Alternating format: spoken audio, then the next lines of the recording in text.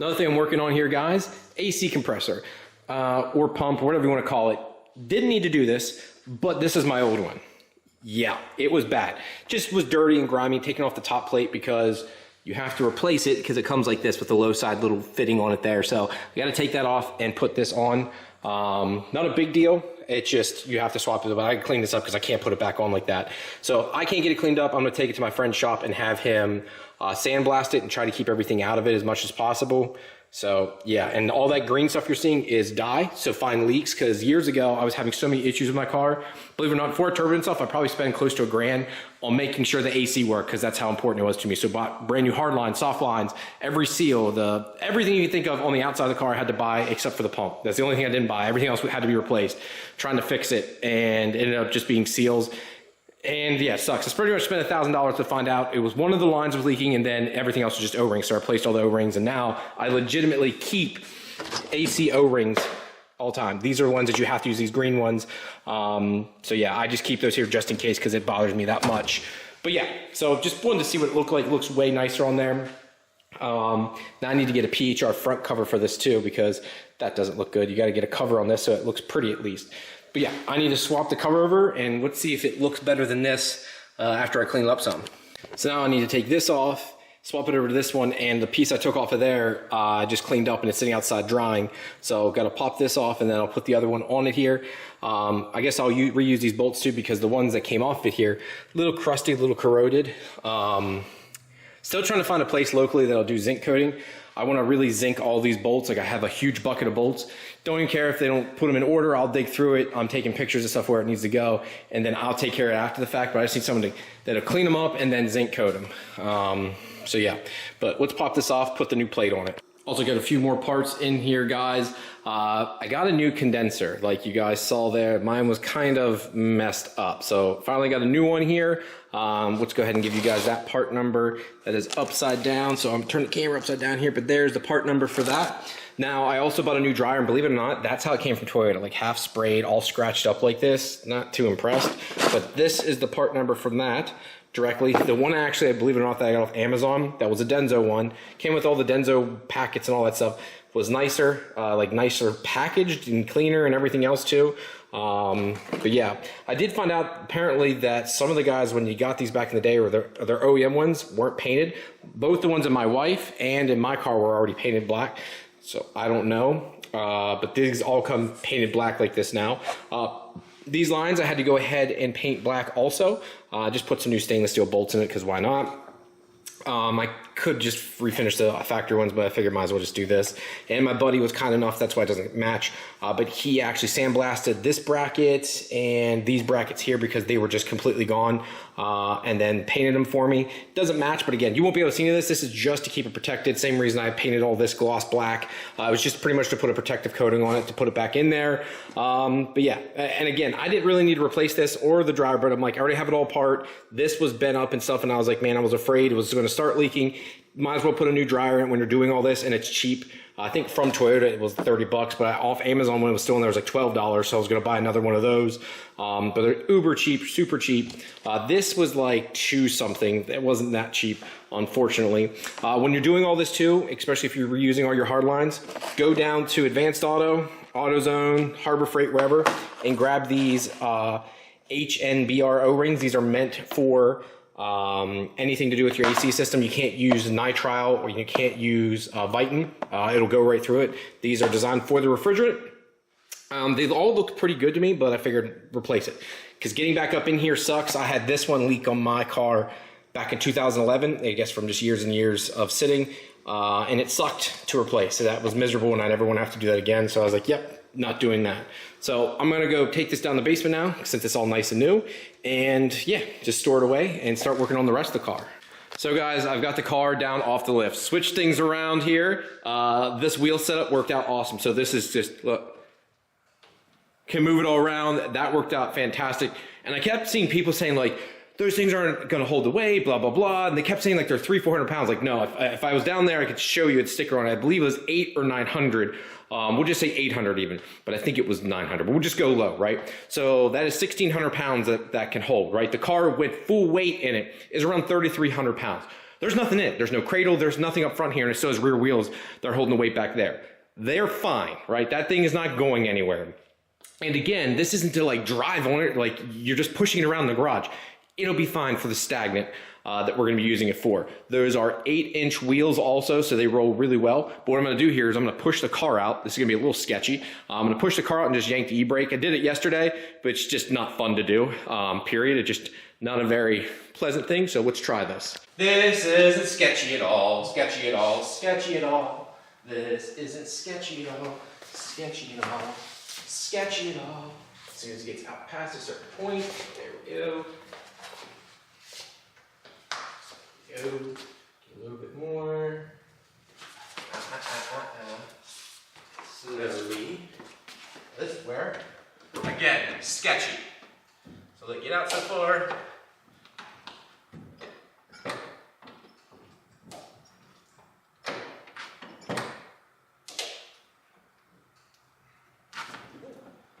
It gets stuck on the edge of my driveway every time. The only thing I don't like, it gets stuck right there. There we go. Now it's fine.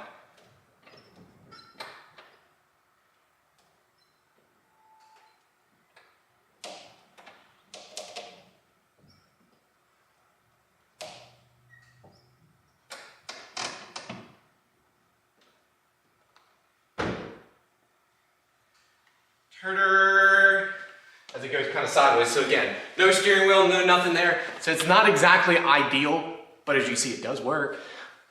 Don't hate to play, hate the game. I don't know what I'm doing. God, I'm white. So as you can see too, I can actually move it now, like it'll pivot, but it doesn't matter. The reason I'm putting it outside, it's a little chilly. We're gonna start doing body work. So I want to go ahead and start taking off stuff like this, that there. Want to start removing all this crap in here. I have to start grinding that down. I'm gonna get a tarp here though and tarp off some of the car. Probably gonna rinse it off one time. Hasn't been rinsed off in forever. I think I'm gonna do that here just to do it after I grind a few things, just to have it ground down, especially stuff that's not gonna be metal. Once I start doing metal, I'm gonna wrap the whole car in a tarp just to be safe. And yeah, so holes that are gonna be welded shut, all that stuff there. The other red dots are just stuff we wanna fill in, and I missed some over here. I'm gonna go over it today, but this is stuff that needs to all be filled in. We're gonna have my buddy come down and weld all this.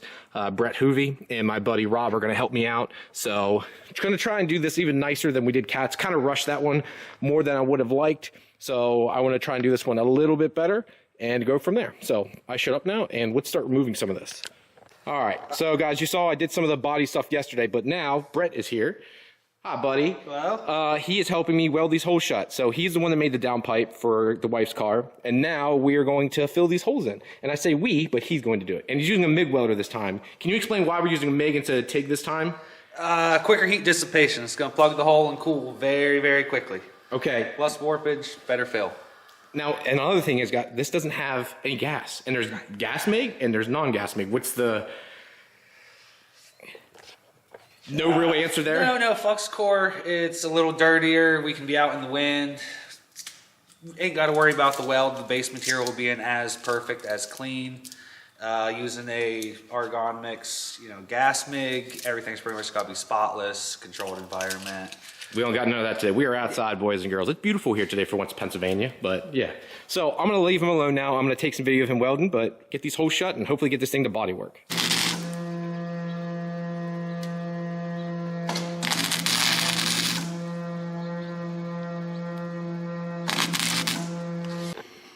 So this is what we did to cover up some of the area. Like I said, the back half of the car is not getting painted, although I am kind of to the point now where I have to drop the subframe on this already in the rear, and it's like I want to powder coat all that. And when I drop all that to powder coat, I'm like, well, if I got all this stuff out, I'll make wheels for the rear, take the car to the body shop without anything attached to it, and then paint the whole car. But then that goes down another rabbit hole. It won't be done this year then. And I'm just very unsure of what to do. Part of me says do it. The other part of me is like, I regret not doing, I don't know. But anyways, just give you guys a little update. Been grinding away here still. I need to blow a lot of the metal shavings and stuff off, but I'll do that when I get outside here today. So filling some of these holes, like these areas are really thin here. These weren't bad. Anything that had like it should say a plug in it. But any area that had something that was already there was easy. Like some of this stuff here we had to fill. Again, it's not the prettiest, but again, we're gonna be grinding it down, smoothing it all out. That's still, we just did the base. Like when my buddy here, Brett, was here again, thank you, brother, for everything. He just did the basics, like got the big parts down, and then he's like, I'll let you guys do the nitty gritty part, make it look pretty, but he's like, I took the big chunks out. Filled these holes again, because this car won't have a fuse box in it anymore. But what I did do is leave certain holes in the back. There's certain things we filled in here that was actually self-tappers that had been there from years past. Same here. Someone had self-tapped holes in it, and I'm like, I want the self-tapper hole gone. But anything pretty much behind the shock tower, I wanted to leave because that leaves mounting points for other brackets and things I'd like to hide if need be in the future. But stuff pretty much tower forward. Anything really on the top side here I want to get rid of. Stuff here I want to keep because if you need to bolt anything to it, but everything else I want to get rid of. When the car is all said and done, we paint it. When I get it back, I'm gonna put cavity wax inside of the rails because when you weld anything here, it takes a chance of having an issue. I'm gonna get my bore scope in there and look at the welds from the inside too to make sure everything's okay. Try to scrub it with something. I'm gonna try and make something to try and get through this hole here and here to scrub these off, get any debris before I spray it with spray paint or anything like that, and then get cavity wax inside the entire rail. But you wanna make sure you do that after you paint it because you don't wanna get that shit anywhere because it makes it impossible for the painter itself. But again, just filling holes. We're gonna have to get all these spots here too. We're gonna fill those in with body putty. Again, nothing crazy. We're just gonna have to fill that all in though. So it should look nice when it's all said and done. It should. Has some areas down here. I gotta get, again, there's a lot of spots I gotta get the rest of that. What's the word I'm looking for here? Can't even think of the word I'm looking for right now. There's a lot of spalls there that need to come out. Same here. Spalls over here. Seam sealer, that's it. I gotta get the rest of the seam sealer. Like this has all got spalls here I gotta get off. So that's just, again, just gonna take a lot of time to get all that crap off and get it smoothed out. But we'll get to it. I'm mostly excited to get the whole subframe in because after just having hers up on that lift there, I'm like, wow, what a difference. I'm really excited to get this in. But yeah, I digress. We got all the crap here. Let's keep going forward. I got a bunch of other stuff to show you guys, more progress for a bunch of other things. What's going on, guys? We got new parts in once again. Autosport Engineering. Thank you, brother. Really appreciate it. Check out these new stickers too. Things are dope. I'm gonna have to ask him how these make these. These things are badass. Drinking ice cold Keystone, of course.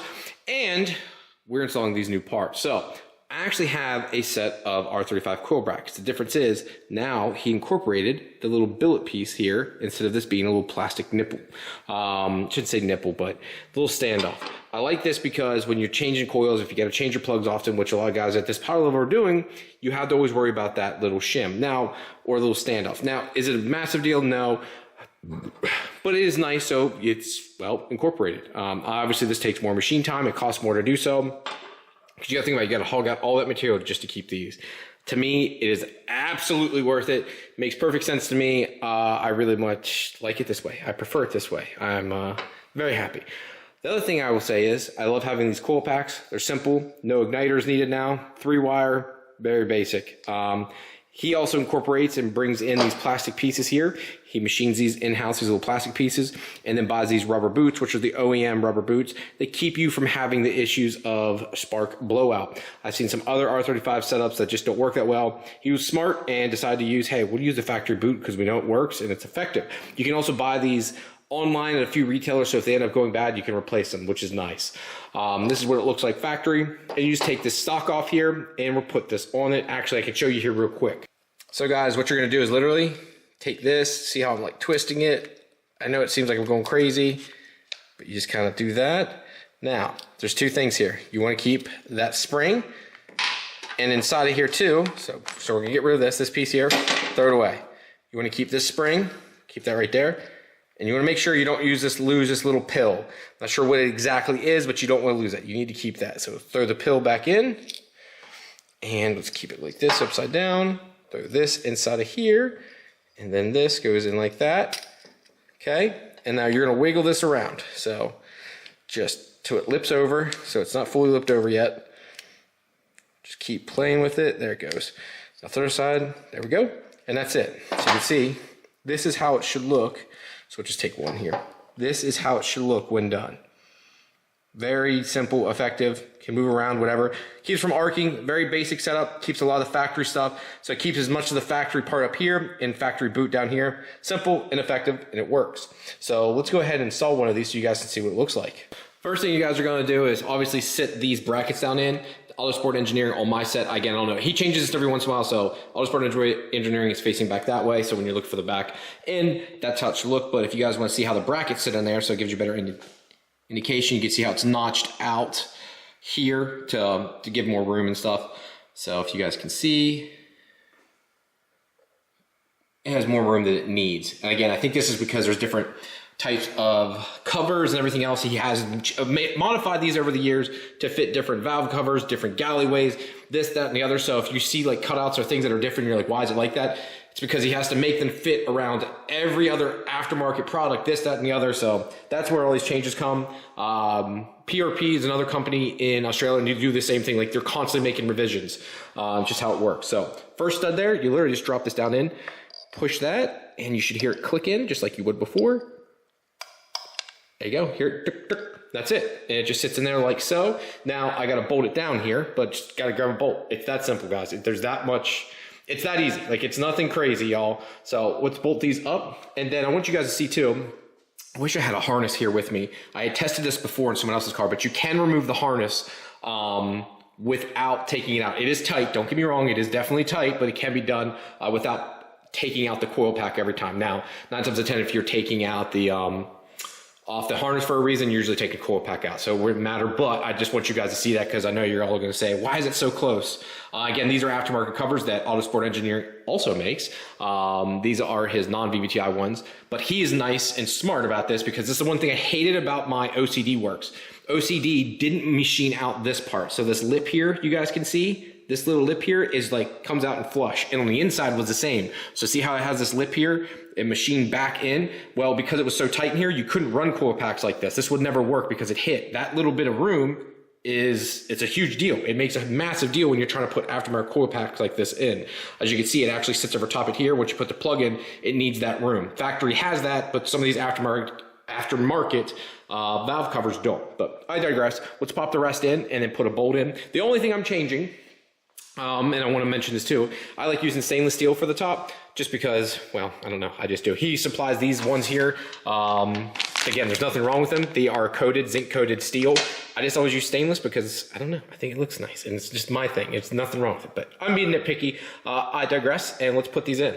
Oh, one other thing I wanted to mention, the reason I like aftermarket coil pack holders, and now this works the same thing with factory, but most people don't do it this way because they have the little screws.